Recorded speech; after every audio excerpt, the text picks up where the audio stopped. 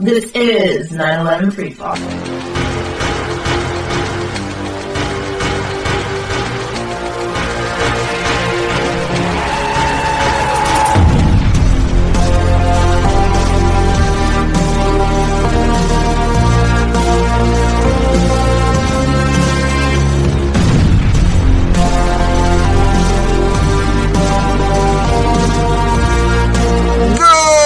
Ladies and gentlemen, welcome to another episode of 9/11 Freefall. My name is Andy Steele, and I am the host. Well, this year marks the 10th anniversary of the publishing of the Nano-thermite paper, the paper proving the presence of active thermitic material in the World Trade Center dust. We have Niels Harrit on tonight to talk about that, so that's coming your way right now. The views expressed on this show by guests and the host on issues outside of the 9/11 controlled demolition evidence are the opinions of those individuals alone and do not necessarily reflect those of architects and engineers for 9/11 Truth.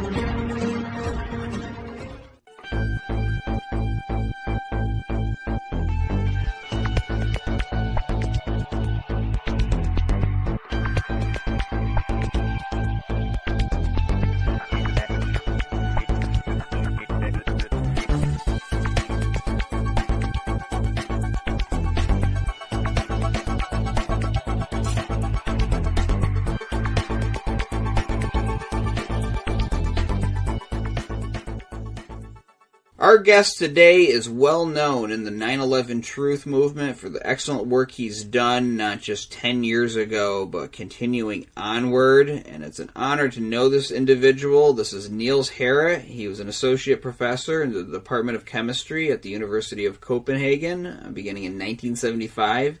He's published more than 60 papers in international peer-reviewed journals. His expertise is in organic chemistry, photochemistry, fluorescence, and nanotechnology. And of course, he's the lead author on the paper Active Thermitic Materials Discovered in Dust from the 9/11 World Trade Center Catastrophe. A very plainly stated title, but the evidence in here is explosive, no pun intended. Niels Harrit, welcome back to 9/11 Freefall.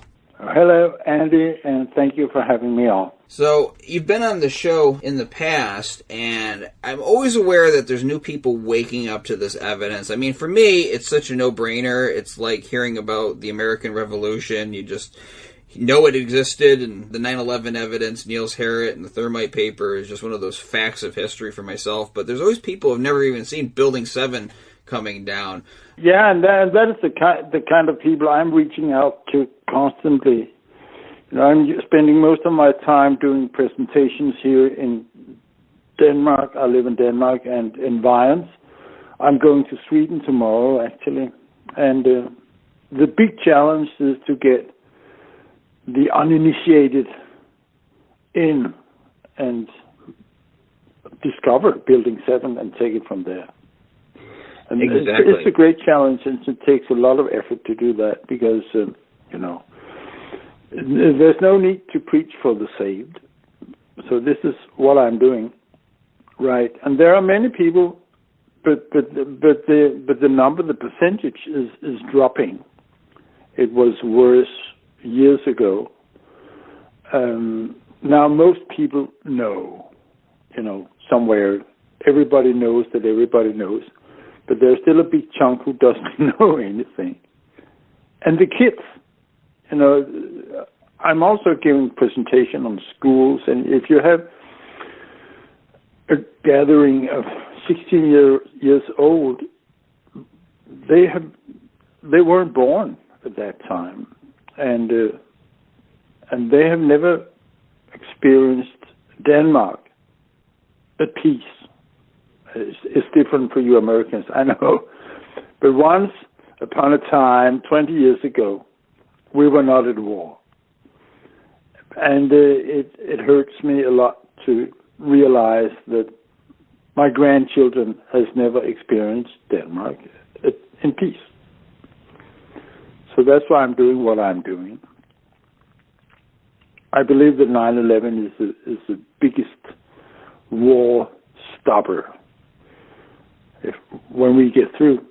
And it started, not, for me it didn't start 10 years ago, but it's true that the publication of the Nano-thermite paper with Stephen Jones and Jeffrey Farrar and Kevin Ryan and the other authors was a turning point in my life, definitely. I want to delve into your life because I want to know the individuals. I think of this show as a record of history so that someday when they realize that you and Richard Gage and all of the other people that have been beating the drum on this thing for so long, when they realize that you were all right and they want to know what you did during this time period when the corporate media that should be recording this, doing this job that I'm doing, ignored us. I want them to know who these people were and how they got to where they're going. So please tell our audience, what got you into this issue of organic chemistry to begin with and got you to where you were at the University of Copenhagen? Well, I started studying in 1963 and studying chemistry, but to become an organic chemistry, I don't know if you know, there are different branches of chemistry. You can be inorganic or organic or a physical chemist or a chemical physicist or a theoretician, but I have always been keen on experiments, and that is something I have in common with Stephen Earl Jones, Professor Jones. He's a brilliant experimentalist, and it also goes through the Nano-thermite paper. And Jeffrey Farrar. I mean, so doing experiments was a driving force, definitely, and for my scientific trajectory in the 60s. But this is more or less, you know, when you look back, it may be by chance you end up this or there because there is one specific teacher who's particularly charismatic, so you hook up with him and follow his lead. But I've been very fortunate going into photochemistry, which is chemical processes with light, which is very important part of life. Photosynthesis, for one, and the chemistry of vision, for instance, another example. But eventually I got into fast processes because you can initiate photochemical processes with a flash of light. And during my lifetime, those flashes have been shorter and shorter. So I ended up in a group where we actually could monitor chemical processes, the moving around of electrons and molecules on time scales about 1 millionth or 1 millionth of a second, which is very fast. And this is the time scale where nuclei is moving in a molecule. And that's the end of chemistry. So during my scientific career, I have experienced, actually, I've reached the end of chemistry. There's nothing faster than the moving of a nuclei in a molecule. So that's kind of something. But in other ways, it may be more important to the issue we're discussing here is at that time the universities were free havens for thinking and knowledge. And this has changed dramatically. Our academia has been gagged, and it has, heavily influenced our efforts to inform our fellow citizens about the truth of 9/11.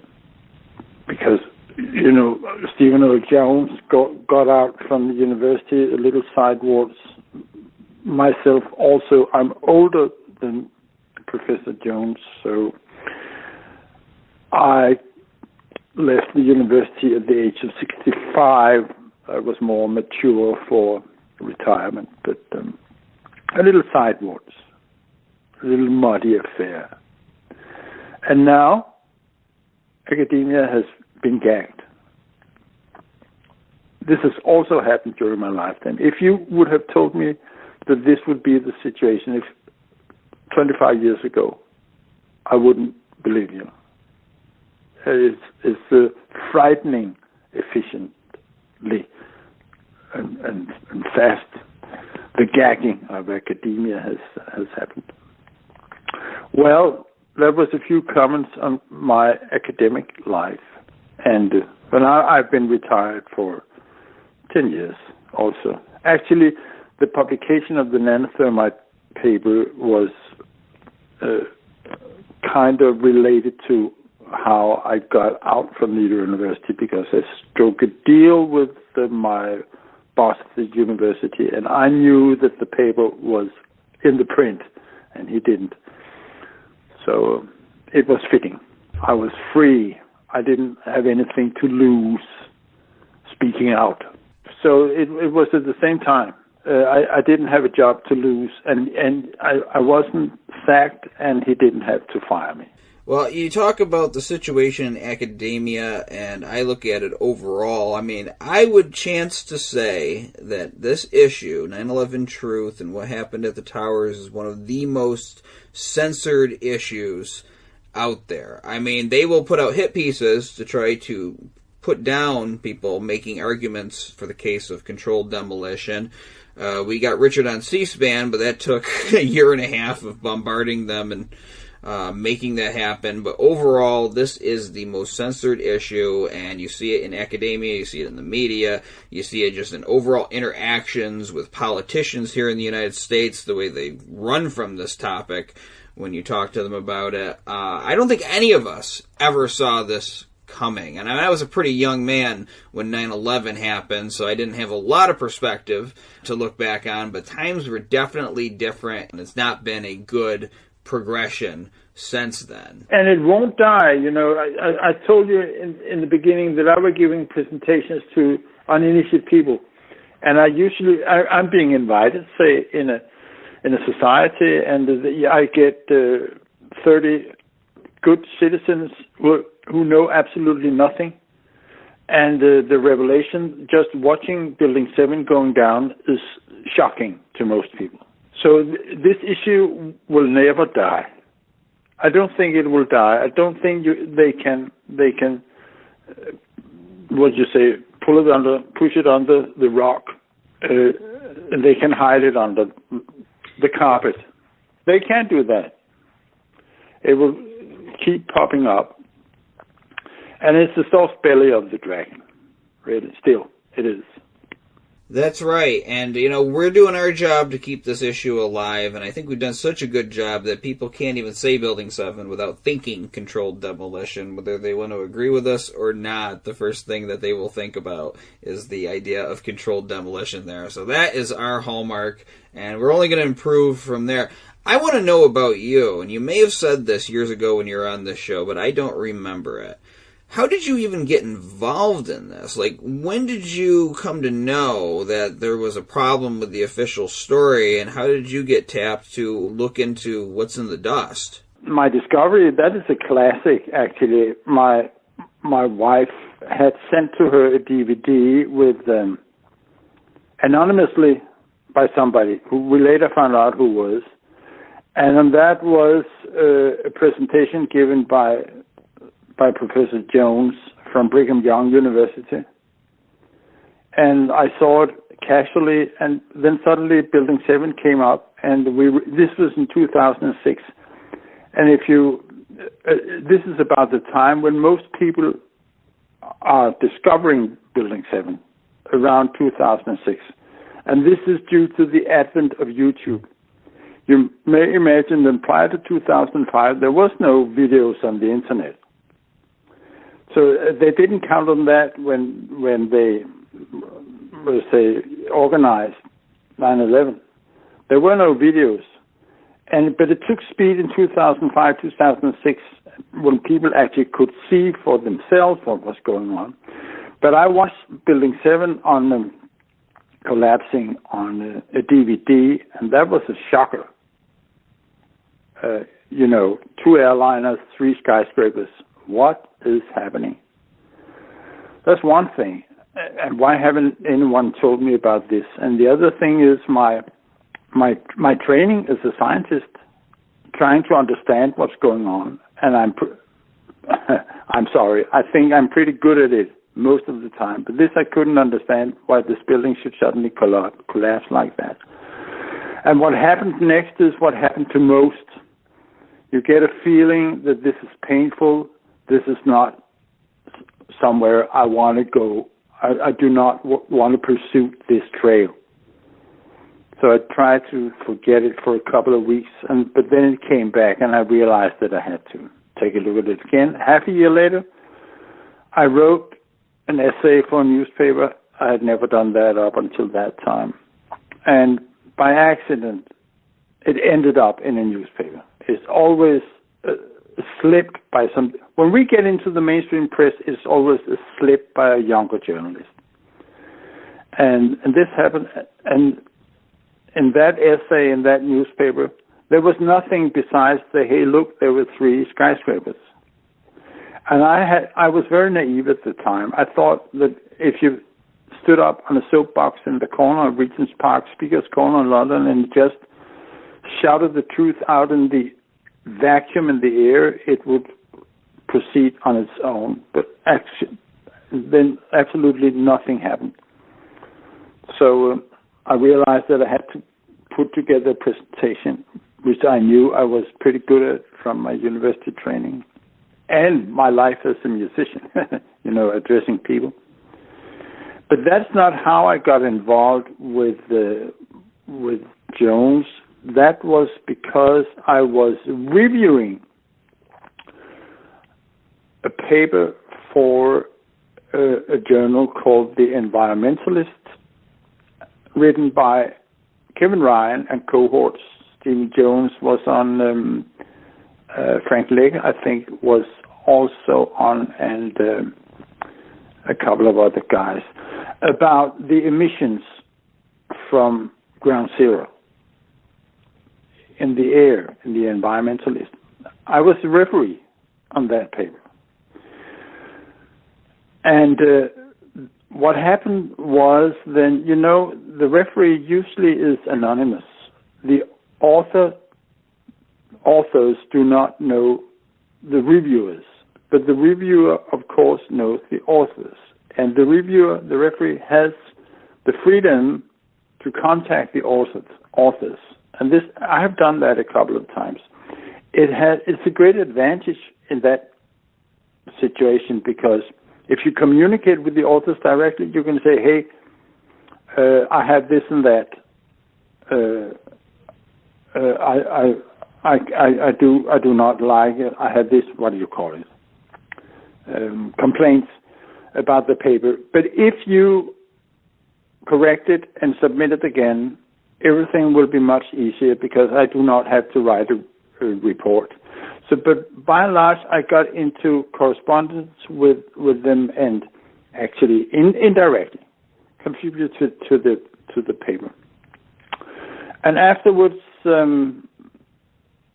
Kevin from Stephen invited me to join the team investigating the chips, and I was very honored actually to be asked, and it developed from there. Stephen Jones published the discovery of the chips in Boston on December the 13th, 2007.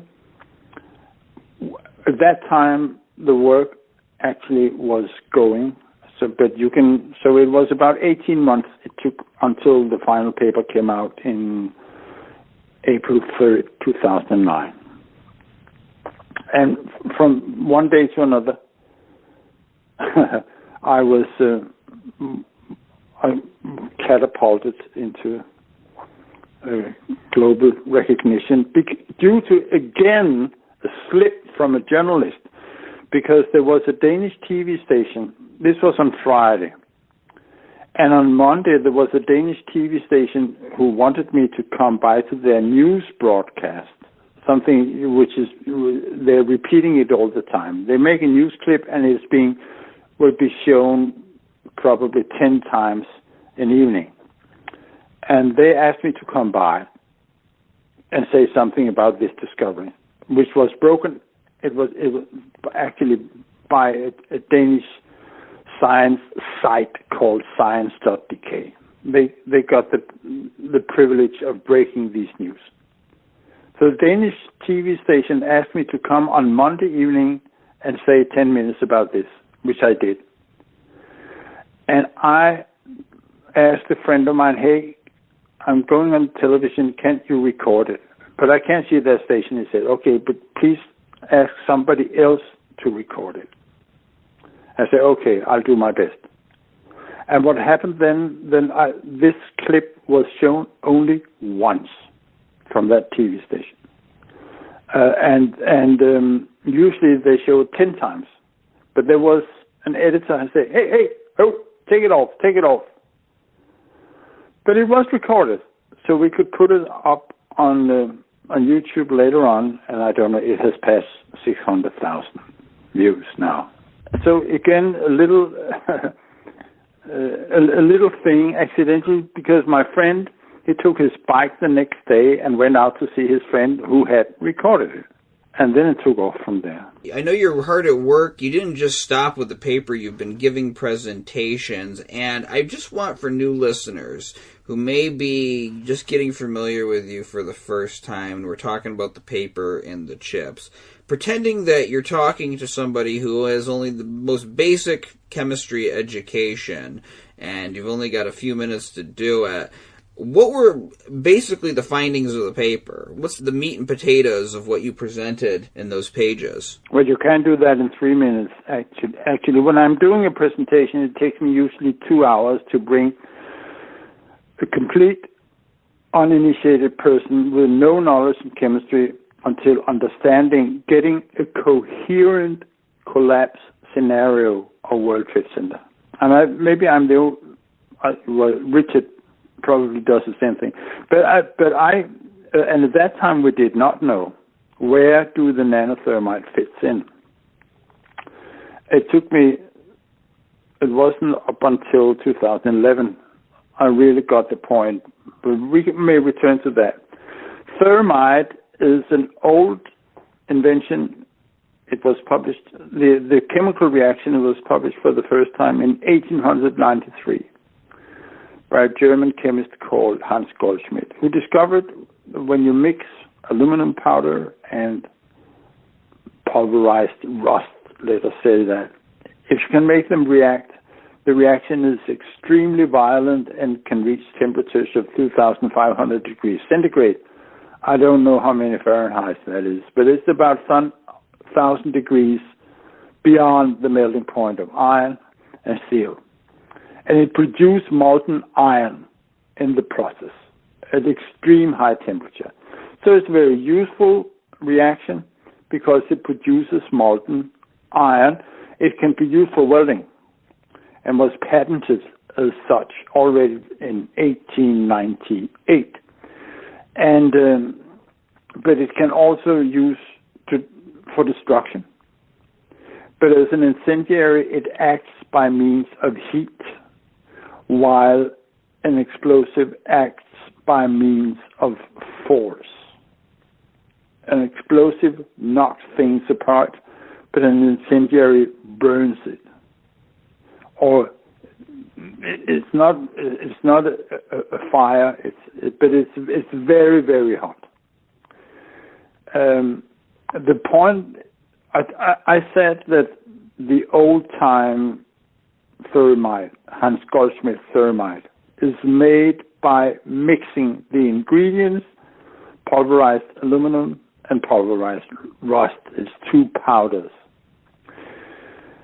But then nanotechnology came along in the 1980s, late 80s, early 90s, which is a completely different way of making materials. You do not mix things from top down. You make the materials bottom up. That is, you trick the chemistry to make the materials atom by atom or molecule by molecule, bottom up. So it's a fundamentally different way of making materials. Nanotechnology. In this case, it means that the ingredients, which in this case is iron oxide, rust, and aluminum, the ingredients, the particles, are much smaller, and they are embedded in a plastic matrix, which makes them much, much easier to handle. But you still have the energy. Now I have to talk about energy, because the thermite reaction has a lot of energy, but it's very slow compared with explosives. Many people think that explosives are very energetic. They are not. But they are extremely fast. I mean, you get more energy out of burning a log of wood, but it takes hours. But if you blow the same energy in microseconds, you get the explosive effect. So explosives are very, very fast. Thermite, old-time thermite, is very slow but has a lot of energy. But with nanotechnology, you could take advantage of the high energy content of the thermite reaction and gain the speed of the explosive, because the ingredients, the particles, are so small. And that makes you in a position where you can tune the material, which now we call it energetic materials. You could tune it on a scale from incendiary to explosive. And in between, you have something like rocket fuel. Rocket fuel is also very energetic, but it is faster than an incendiary, but it's not as fast as an explosive. If it was, the rocket would blow up. So it should release, a rocket fuel should release a gas with high speed, but not too high speed. Then the thing will explode. And the gas you release from the rocket fuel and the explosives can do work. It can take things apart, or it can lift the rocket. So this is the situation in the 1990s, where military discovered this opportunity for using the thermite reaction, the energy in the thermite reaction, to have the material to do work. You can make explosives from the thermite reaction, and you can make rocket fuel. You can tune the thing. And many people have called what the nanothermite we found, have called it a military-grade explosive. I disagree.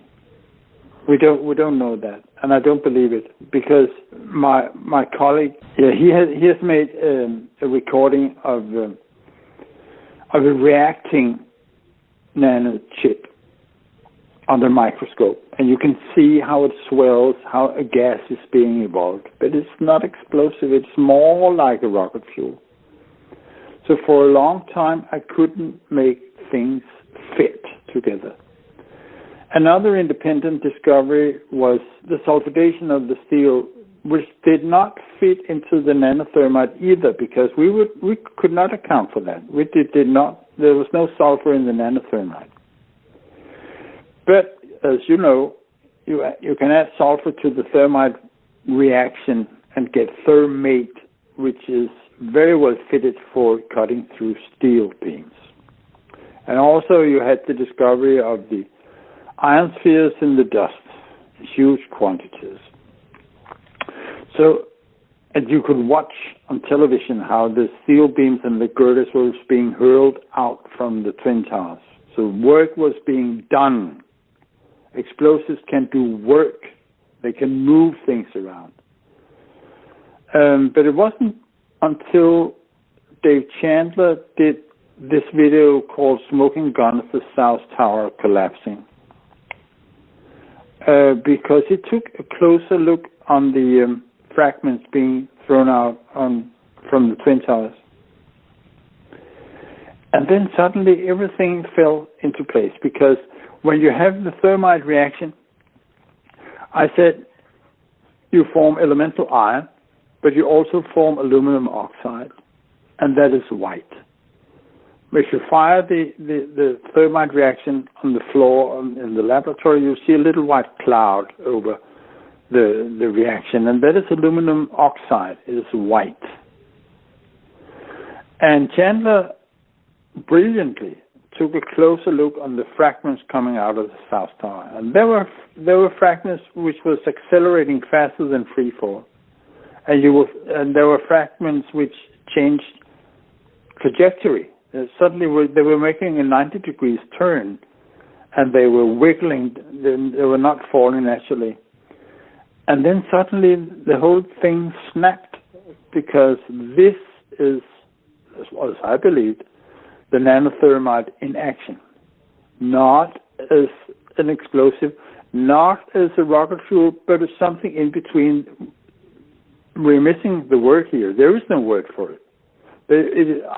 What I see is the nano-thermite serving as something between an explosive and a rocket fuel, which you all call a propellant.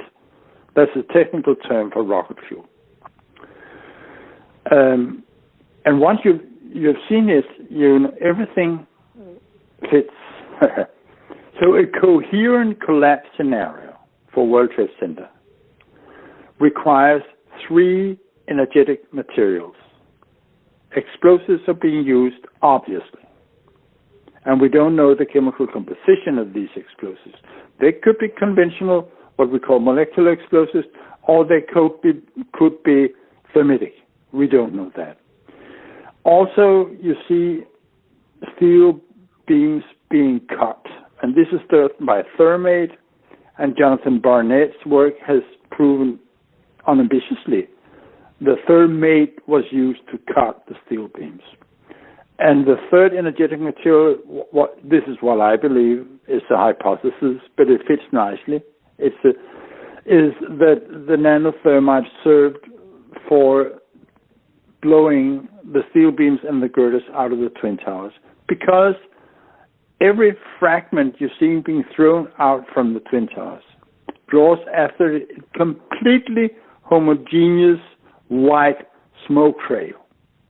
Now, what is that? Is it concrete? No. If you throw out a piece of concrete through the window, it will not trace a white smoke trail. Is it wallboard? No. There's a chemical reaction going. The smoke is white. And my claim was that this is aluminum oxide, and I presented that at the Toronto hearings in 2011. I took a chance. I must admit, I hold my breath and I took a chance. But then David Chandler went back home and actually traced some of the fragments and discovered that they are moving faster than free fall. One of the fragments coming out of the South Tower is accelerating to the ground with 11 meters per second squared. This is faster than free fall. And this is only possible if there is a driving force, a thrust, adding to gravity.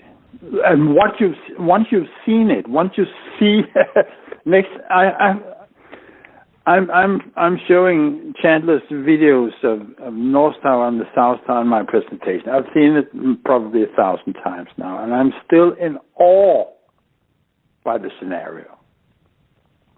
Because once you've seen it, it's so obvious what is happening. You know, the canopy of debris, the mushroom cloud, it's white. Think about it next time you see it. It's completely ridiculous. And it's what I mean by ridiculous is that this is a scenario which has been watched by billions of people, billions of times all over the world, again and again and again. And nobody sees what they see, which is a key obstacle to actually see what you see. We may return to this. Yeah, and some people see what they see, but they choose to unsee it. And I think that's a huge obstacle as well. Plus, we have a whole group of people out there who try to debate us on the facts. It doesn't usually work out too well for them, but they've got media on their side and a lot of hubris. When that falls apart, they go after little anecdotes, little side issues that have nothing to do with science. And one thing we wanted to address today, because this comes up a lot, and I've got my own answer to this, but I'm going to let you respond to it first, is there was some controversy when the paper got published at the Bentham Open Chemical Physics Journal involving the editor resigning because it was published. He came under some heat for that. Can you just quickly tell that story and give your own commentary on that situation? Yeah, I got mad on the Danish journalist because he was the one who called the editor. And Madame Pillemy, what is her name, did the only thing she could do in that situation. If you look up her CV, you will see that she had been working for the French military and sitting in the Commission for Explosives. And she was probably still is a high-ranking within the nanotechnology discipline. She was the head of an institute of nanotechnology in Paris. She did the only thing that she could do in that situation, and that was to resign and say, well, I can't read the paper, which is completely, of course she could read the paper. But she said, well, it's not my field, I can't read it, which was bullshit. So she saved her job. If she had said, well, I can read it, she had two options. Either it's wrong or it's right. And she couldn't do that. Say it's wrong, which means that we are right. And since we are right, or according to how she reacted, we must be right. Because if we had been wrong, if we had made mistakes, she could have said that. It saved her reputation and her job. But she didn't. She said, well, I'm sorry, I cannot read it, and I'm resigning. So she did the only thing she could do, and I don't blame her for that.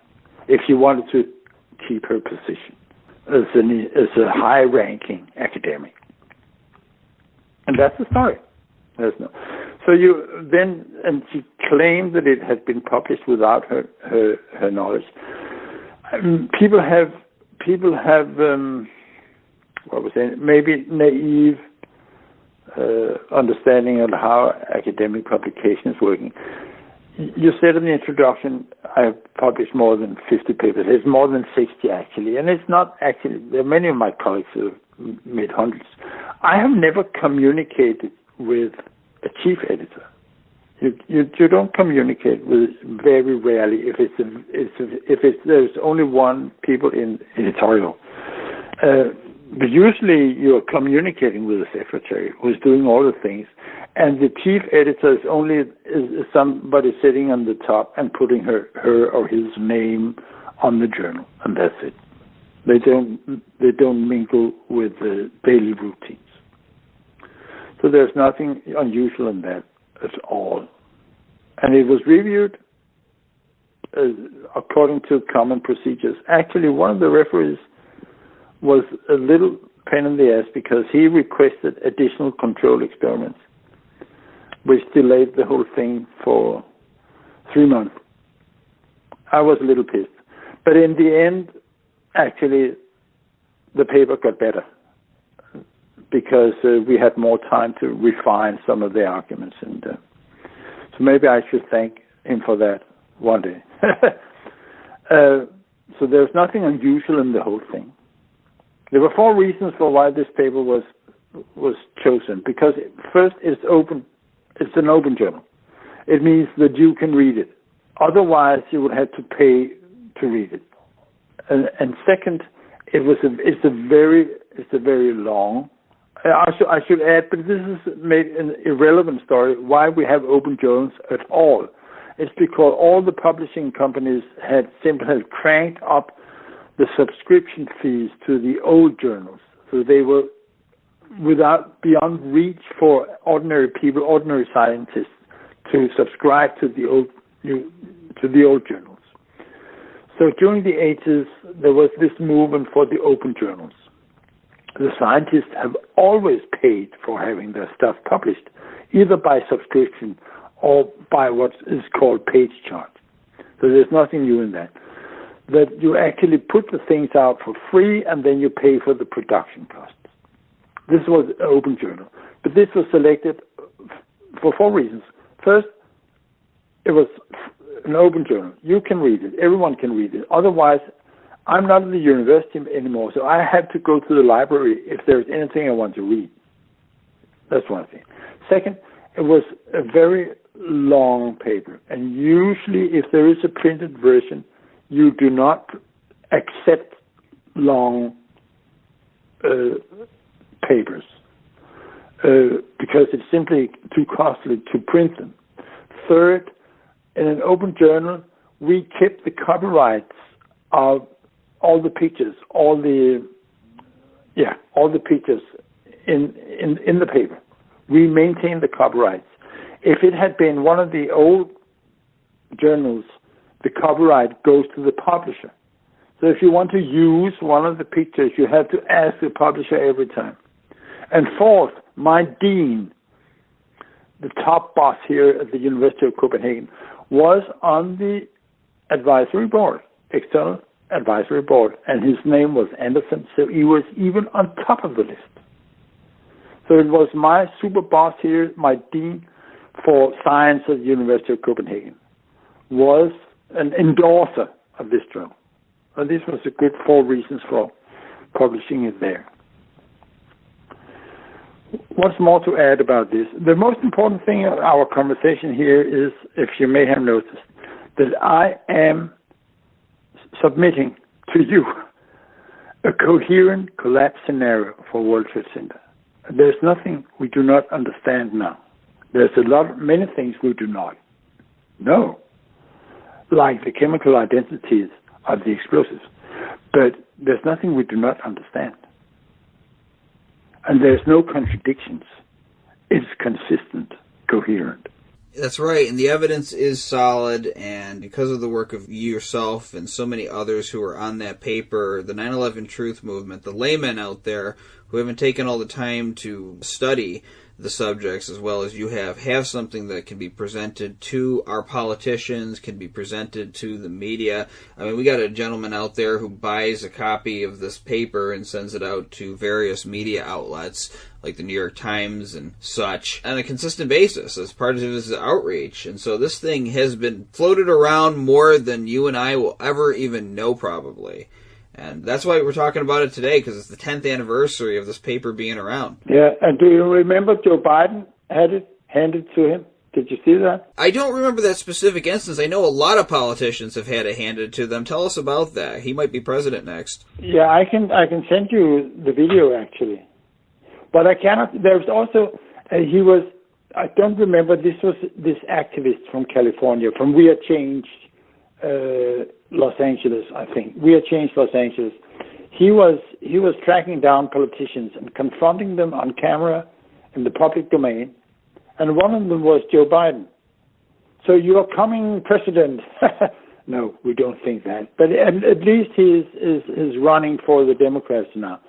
He has seen the paper. He's got it in his hand. He's turning around and he's running away. I can send it to you when we close this conversation. And I remember a picture, a photograph, a still photograph, where afterwards, where Joe Biden is having a quiet moment and he's sitting down and looking through it. I cannot find it again. But what I have on my desktop is the video where he's actually being handed the paper and he's running away. It's ridiculous. You know, on C-SPAN, we had Tom Ridge, the director of Homeland Security. At that point, he was formerly director, and I asked him about your research about why they didn't test the dust for incendiaries or explosives, and his answer was not to address it scientifically or even give a logistical reason as to why they didn't. He said something to the effect, I don't have the direct quote handy in my brain, but he said something to the effect that that would fall within our purview, but if the assertion is that explosives were used to bring down the Twin Towers, I reject that categorically, and kind of leered at the camera. That's the response of politicians to science. They can't debunk it. They can't figure out how to handle the situation other than to feign outrage at the fact that the question was asked, and that is exactly what we're dealing with. Here's my question to you. You mentioned about saying you thought you could just put that up into the air and that the truth would sort of move forward. I started out that way too. I thought I could just create a MySpace page and wake people up and they would say, oh my God, this is terrible. We need to have a worldwide movement. And of course it didn't work out that way. I'm a little older and wiser now. But did you expect the kind of backlash that you received? I mean, I would chance it to say that you hadn't received this kind of controversy with previous papers you had published. Was it a shock to you that there was so much resistance? Absolutely. You know, I've published many papers. One thing is, like the chain of custody for these samples.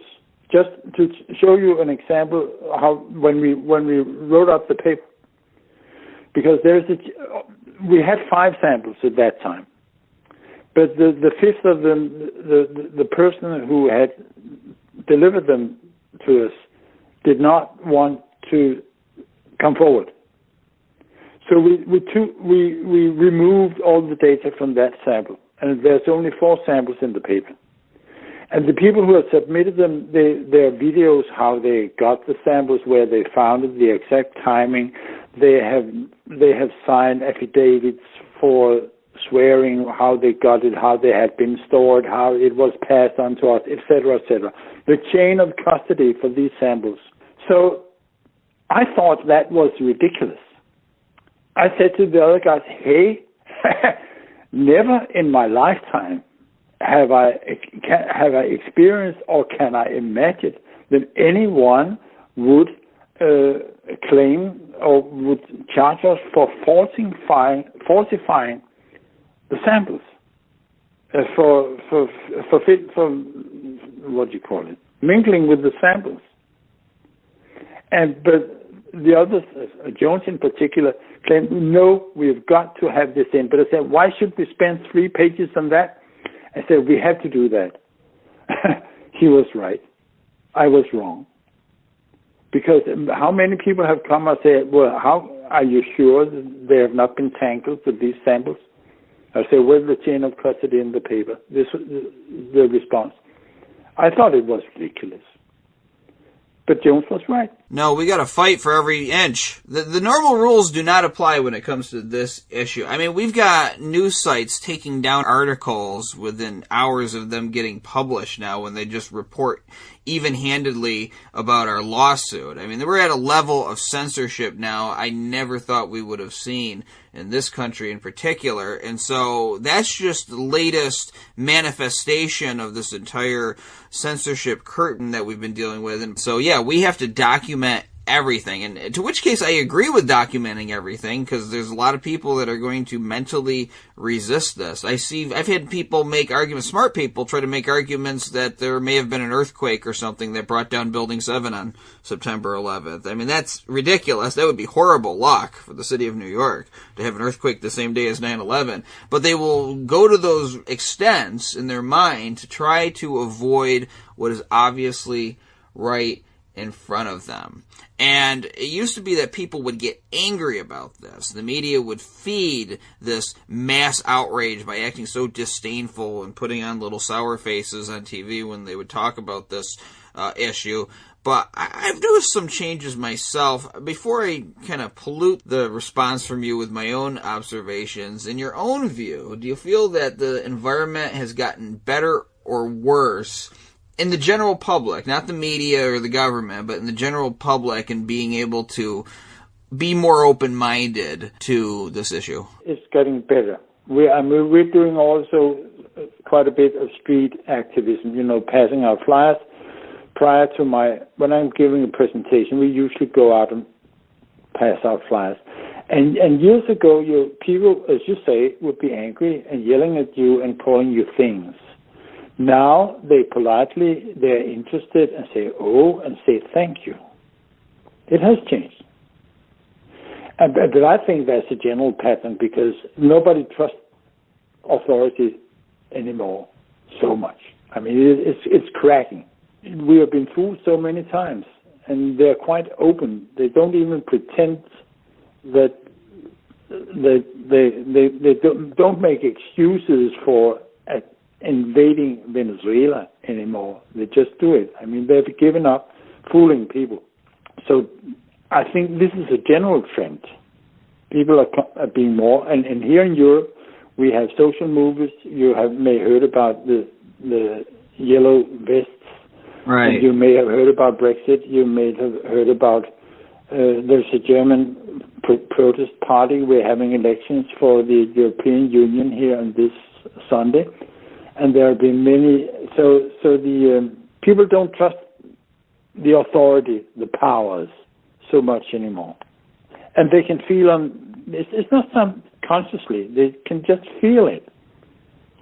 And I think 9/11 goes along with that, and we can take our share, in all modesty, for this change, because it's bound to happen, and it's going to be big. I mean, I think 9/11 truth for a lot of people started the distrust. And everything that happens, I have family members that call me and keep me in line with what's going on in the news because I don't watch a lot of it myself. I'm so busy now. And they fret over it, and I say, well, to a certain extent, though, the fact that the powers that be have so much hubris, and the fact that people are distrusting them so much now, and they're acting this way, is a good thing if they don't create a huge disaster in the process or do something that can't be undone. Because assuming those things don't happen, or somehow we have a miracle and they just undo themselves, that'll be great conditions for us, because then people will have a big wake-up call from whatever happens as a result of the system getting out of control. And they're going to look back to people like yourself, people like AE 9/11 Truth, the folks here, and say, hey, you know, these guys were talking about the World Trade Center. I never did trust that story. Maybe we should look into this again. We know that the system did this, this, and this openly. They got caught. Now, maybe we should look at 9/11 again, because that's probably something that we were lied to about as well. So we just got to... Well, some people may, but the mainstream journalists and the politicians will not. You'll not get the Pulitzer Prize. So in our last question to you today, you know, we're 10 years out from when you wrote that paper, and 9/11 Truth, I don't know what the birth date of 9/11 Truth is. It started probably practically on that day. But, you know, here we are in 2019. What do you think as a truth leader, the movement should be doing more or less to educate the public and keep us on that track? In terms of documentation, in terms of exposing the narrative, we have won. I mean, we're through. There's nothing left from an academic point of view to prove. So what is going on now, what architects and engineers are doing with the lawsuit is absolutely perfectly fitting. And I think Leroy Halsey's work will probably also get some momentum in. But it's more important now to inform people about the basics. The official narrative is wrong. And also, please notice one thing. I don't know what it is in America, but around here, the concept of false flags is now common language. This was not the situation just 2 years ago or 3 years ago. That's one thing. False flags is, everybody knows now what a false flag is, also because of Syria. They didn't 3 years ago. I don't know what it is in America. And they're waiting for pulling a false flag on Iran. They will probably shoot down some airliner. But they can't do it anymore. Everybody will cry out and say false flag. Or could you imagine what that could be? Something nuclear, but Iran does not have any nuclear weapons. Neither do Venezuela. So what can they come up with next? They can't. Yeah, you even have mainstream joke publications making fun of the presidential advisor now, John Bolton, doing false flags on himself. So even when you have the mainstream joke publications doing that is a good sign. They don't trust what's going on either. And so, no, we've done our job in that respect, and we're going to keep doing our job until we have the final victory, which is full acknowledgement of what happened, so that everybody knows it, and the children learn it in the history books, too. And that day will come, and then we're going to see it. It'll be in my lifetime, and I'm an old man. That's right. So, Niels, we're at the end of the show today, and it's flown by for me. I love talking to you, and I'm glad we got the Denmark connection worked out at the beginning of the show. Thank you for all that you've done and that you're doing, and for coming on the show today. Same to you. Thank you, Andy. This program is on every Thursday night on No Lies Radio at 10 o'clock Eastern, 7 o'clock Pacific. You can also keep track of the archives by going to 911freefall.com. This is Andy Steele. So you have a great week. Good luck.